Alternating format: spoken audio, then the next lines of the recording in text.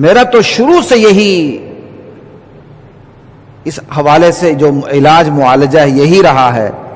کہ کم از کم اہل سنت کے جتنے بڑے طبقات ہیں، کم سے کم 3 بڑے طبقات ہیں، اہل حدیث، بریلوی اور دیوبندی، یہ یک نکاتی ایجنڈے پر تو آ جائیں مشترکہ، باقی اپنے اختلاف اپنی جگہ رکھیں، آپ کا جو اختلاف ہے آپ دلیل سے اپنے ممبر پہ بیان کریں، کوئی نہیں آپ کو روکتا، اپنی جگہ رکھیں اپنے اختلاف، لیکن یہ تینوں اصحاب کی عظمت پر متفق ہیں، یہ تینوں اصحاب رسول اللہ صلی اللہ علیہ وسلم کو معیار عدل سمجھتے ہیں، اپنی عدالت میں گھسیٹتے نہیں ہیں، صحابہ کے بارے میں اپنی عدالت قائم نہیں کرتے، کیونکہ جب آپ صحابہ کے بارے میں عدالت قائم کریں گے تو فرد جرم کسی نہ کسی پر آپ عائد کر کے رہیں گے، کیوں آپ جج بن جائیں گے۔ صحابہ خود عدالت ہیں، صحابہ خود پیمانہ ہیں،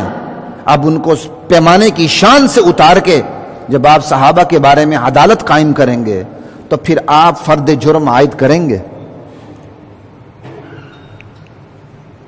تو یہ تینوں طبقے اس پر تو متفق ہیں،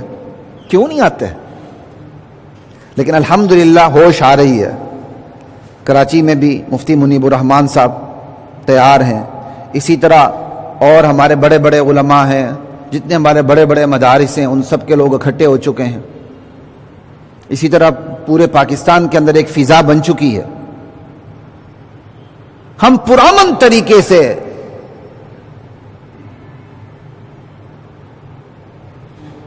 کتے کی زبان پر کانٹے لگا سکتے ہیں، اس کا منہ بند کر سکتے ہیں بڑے پرامن طریقے سے۔ وہ پرامن طریقہ یہ کہ میرے اور آپ کے درمیان اتحاد اور اتفاق پیدا ہو جائے، پھر کسی کے باپ کی جرت نہیں کہ میرے سامنے میرے رسول کے صحابہ پر بھونکنے کی کوشش کرے۔ یہ بھونکتے تب ہیں جب میں اور آپ کمزور پڑتے ہیں۔ خیر، اللہ نے اپنے اصحاب کو رسول اللہ کے ساتھیوں کو منتخب فرمایا تھا، اور یہ بھی یاد رکھیں اللہ نے ان صحابہ کے دفاع کرنے والوں کو بھی منتخب کیا ہوا ہے۔ ہر ایرا غیرہ نتھو پھتو جا کے صحابہ کا دفاع نہیں کر سکے گا، اس کو اپنے مفادات عزیز ہوں گے، کچھ ذاتی مفادات ہوں گے،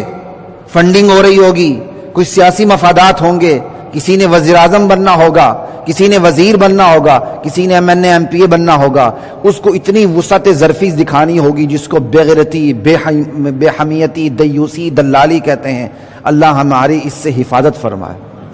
ہم یہ نہیں کہتے ہیں کہ آپ اسلحہ لے کر کھڑے ہو جائیں، لیکن ہم ضرور یہ کہتے ہیں آپ اپنے اندر اتنی غیرت اور حمیت رکھیں کہ کوئی مائی کا لال آپ کے سامنے اصحاب رسول کے بارے میں بھونکنے کا تصور بھی نہ کر سکے، اس کو اپنا انجام نظر آئے۔ جو سب سے پہلے بھونکنے والوں میں تھا اس کو بحفاظت UK پہنچا دیا گیا، اور ان میں بھی مختلف طبقے ہیں۔ ایک طبقہ بھونکتا ہے، دوسرا طبقہ اپنے آپ کو معتدل کہہ کے اس کو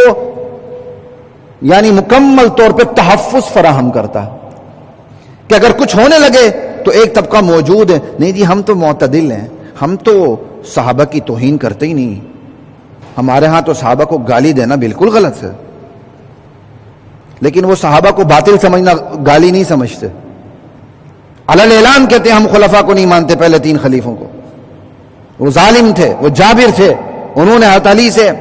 حکمرانی چھینی تھی، انا للہ و انا الیہ راجعون۔ جب آپ اپنے لوگوں کو ممبر پر بیٹھ کے ایسی باتیں کریں گے تو آپ تو بڑے ہوشیار ہو کے معتدل بننے کی کوشش کریں گے، لیکن جو آپ کا اصل پیغام ہے آپ کا سننے والا اٹھا کے لے جائے گا اور کافر فاسق فاجر کے فتوے لگائے گا، اور ہمارے لوگ دفاعی پوزیشن پر آ جاتے ہیں۔ میں نے چند دن پہلے بھی سوشل میڈیا پہ یہی کہا تھا،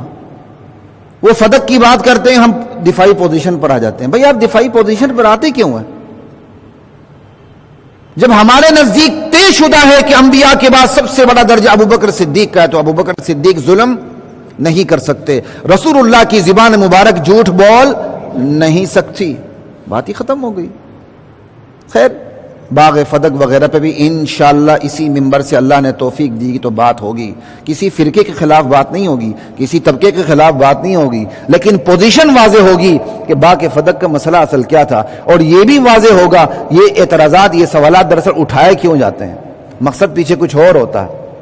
صحابہ سے برگشتہ کرنا۔ ایک سوال اٹھا دیا، اس کا حل آیا نہیں دوسرا سوال اٹھا دیا، اس کا حل آیا نہیں تیسرا سوال اٹھا دیا، تاکہ لوگوں کے دلوں میں شکوک و شبہات پیدا ہو جائیں۔ یہی وتیرہ یہودیوں کا تھا جو وہ مشرکین مکہ کو سکھاتے تھے، اہل کتاب کا تھا جو مشرکین مکہ کو سکھاتے تھے، نبی سے اعتراض کرو، سوال کرو، سوال کرو، کیونکہ کسی کو سوال کا جواب سمجھ میں آئے گا اور کسی کو نہیں آئے گا، جو نہیں آئے گا وہ ہمارے شکنجے میں پھنسے گا۔ خیر بات کہاں سے کہاں ہو گئی، تمہید طولانی بہت زیادہ لمبی ہو گئی، میں مقصد پر آنا چاہ رہا ہوں